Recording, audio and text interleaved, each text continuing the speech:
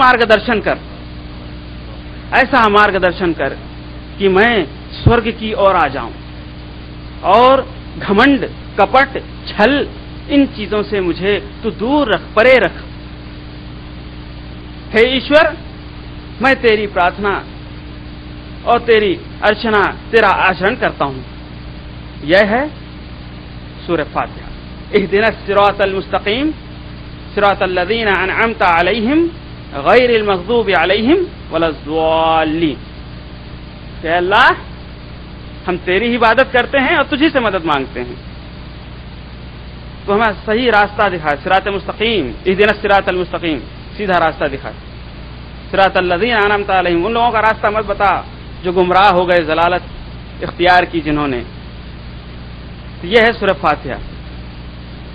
गैरिल मग़ज़ूबि अलैहिम वलज़्ज़ाल्लीन, उन लोगों का रास्ता मत बता जिन पर तूने अपना गजब नाजिल किया, उनसे महफूज फरमा। यह है हिंदू धर्म की सूरह फातिहा और यह है कुरान की सूरह फातिहा। आइए और आगे बढ़ते हैं। शांताकारम भुजगशयनम पद्मनाभम सुरेशम विश्वाधारम गगन सदृशम मेघवर्णम शुभांगम।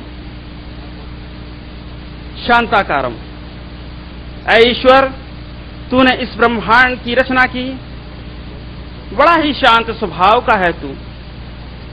यानी अल्लाह ऐसा मालिक है कि अगर उसका बंदा कोई गुनाह करता है तो उसे फौरी अजाब नहीं देता, उसे फौरी सजा नहीं देता, उसके लिए स्टेज रखता है, मोहयत देता है, मोहलत देता है कि गुनाह करने के बाद कभी तो भी अपने तौबा उसे अपने गुनाह का एहसास और वह तौबा कर ले। शांताकारम भुजगशयनम, है ईश्वर, तू बड़ा ही शीतलता है, शालीन स्वभाव का है।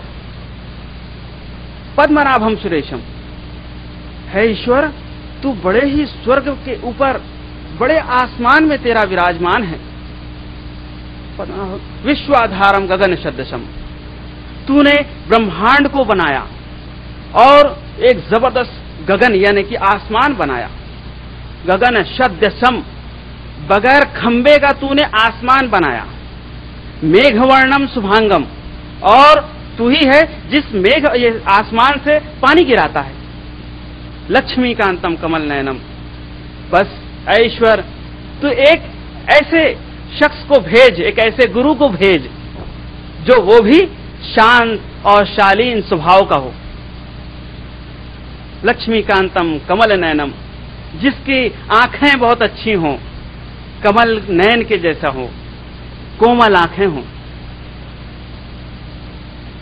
शांताकारम भुजगशयनम पद्मनाभम सुरेशम विश्वाधारम गगन सदृशम मेघवर्णम शुभांगम लक्ष्मीकांतम कमल नयनम योग विद्यानगम्यम। है ईश्वर, ऐसे आचार्य और ऐसे गुरु, ऐसे महर्षि को भेज जो लोगों को सही आचरण करे, लोगों का सही मार्गदर्शन करे, लोगों को सही रास्ते पर ले आए। वंदे विष्णु भवभयहरम सर्वलोकैकनाथम, और वह एक ऐसे ईश्वर की तरफ बुलाए जो सारी दुनिया का पैदा करने वाला हो। हम उसी की वंदना करें, वो हमारा बस गुरु बन जाए। ये किसकी आमद के लिए कहा जा रहा है? मोहम्मद सल्लल्लाहु अलैहि वसल्लम के लिए। अब आइए, इंसान के लिए क्या कहा जा रहा है कि इंसान, तुझे किस रास्ते पे चलना है। चिद्ध रूपणी महामाये दिव्य तेजो समन्विते तिष्ठ देवी शिखा मध्य तेजो वृद्धि कुरुष्व में। चिद्ध रूपणी, ए इंसान, ए मानव, ए मनुष्य, महामाये, तू बड़ी महामाया के लोभ में आ चुका है, तुझे दुनिया से बड़ी मोहब्बत हो चुकी है, तू अपने ईश्वर को भूल चुका है। ऐसी माया जिसका तू लोभी है, उस संसार का जो संसार खत्म होने वाला है, प्रलय के आगोश में आने वाला है मानव, ऐ इंसान, दिव्य तेजो समन्विते, अपनी दिमाग, अपनी बुद्धि का इस्तेमाल कर। दिव्य तेजो समन्विते, तेरे पास बहुत बड़ी बुद्धि है, उसका इस्तेमाल कर। तिष्ठ देवी शिखा मध्य, ये तेरे दिमाग के अंदर हमने एक बुद्धि दी है, उसका प्रयोग कर, उसका इस्तेमाल कर। सोच, तेजो वृद्धि कुरुष्व में, अगर तू सोचेगा, अपने ईश्वर को पहचानेगा, तो मैं तेरे लिए रास्ता आसान बना दूंगा। बस सोचने और गौर व फिक्र करने की बात है। ये क्या कौन कह रहा है? महर्षि वेदव्यास कह रहे हैं अपने भविष्य पुराण के अंदर। आइए इसके आगे चलते हैं। सर्वदेव पूजनम का श्लोक अध्याय नंबर 2 और श्लोक नंबर 4, ऋग्वेद का मंत्रा नंबर 57, श्लोक नंबर 7। अब तक मैंने जो श्लोक पढ़े हैं, भगवत गीता 10वां श्लोक, 10वें अध्याय का 3रा श्लोक अब पढ़ने जा रहा हूं। यो माम जन्मादिम चावेत्ति लोक महेश्वरम असमूढ़ा साम्रत्येषु सर्व पापैः प्रमुच्यते। ऐ मानव, जब तेरे पास एक ऐसा गुरु आएगा तो वो ऐसे ईश्वर का प्रचार करेगा जो कभी जन्म नहीं लिया। यो माम जन्मादिम, ऐसा ईश्वर जो कभी जन्म नहीं लिया, जो आदि है और वही अनंत है, वही शुरू है और वही आखिर है। हुवल अव्वलु हुवल आखिरु।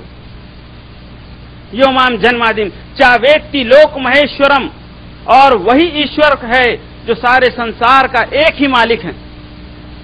लोक महेश्वरम, लोक सृष्टि, संसार, एक यानी एक, महा ईश्वरम सबसे बड़ा खुदा।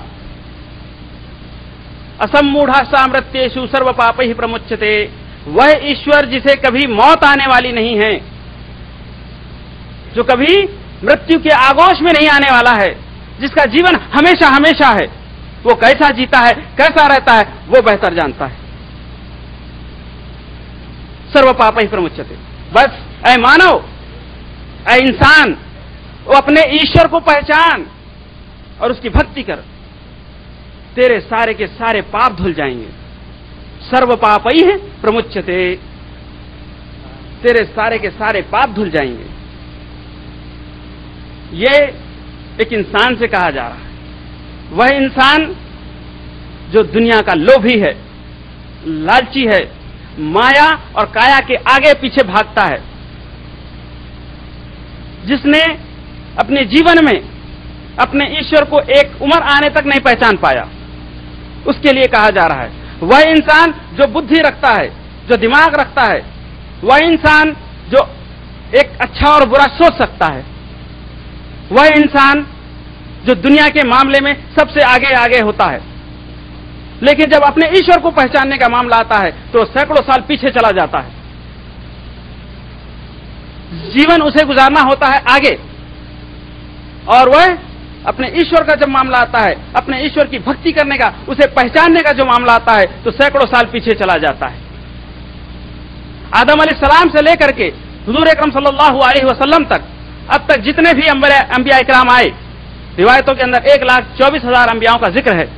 वो अंबिया इकराम जो तौहीद की दावत लेकर आए, क़ुलू ला इलाहा इल्लल्लाह तुफ़्लिहून कहा उन्होंने कि एक अल्लाह का इक़रार करोगे तो कामयाब हो जाओगे। यह है दीन अंबियाई। अंबिया अलैहिस्सलाम का एक ही मिशन था कि सारी दुनिया के लोगों को एक अल्लाह की तरफ उन्होंने दावत दिया, एक अल्लाह की तरफ बुलाया, बातिल माबूदों से लोगों को बाज आने के लिए कहा। यह था दीन अंबियाई, दीन इलाह।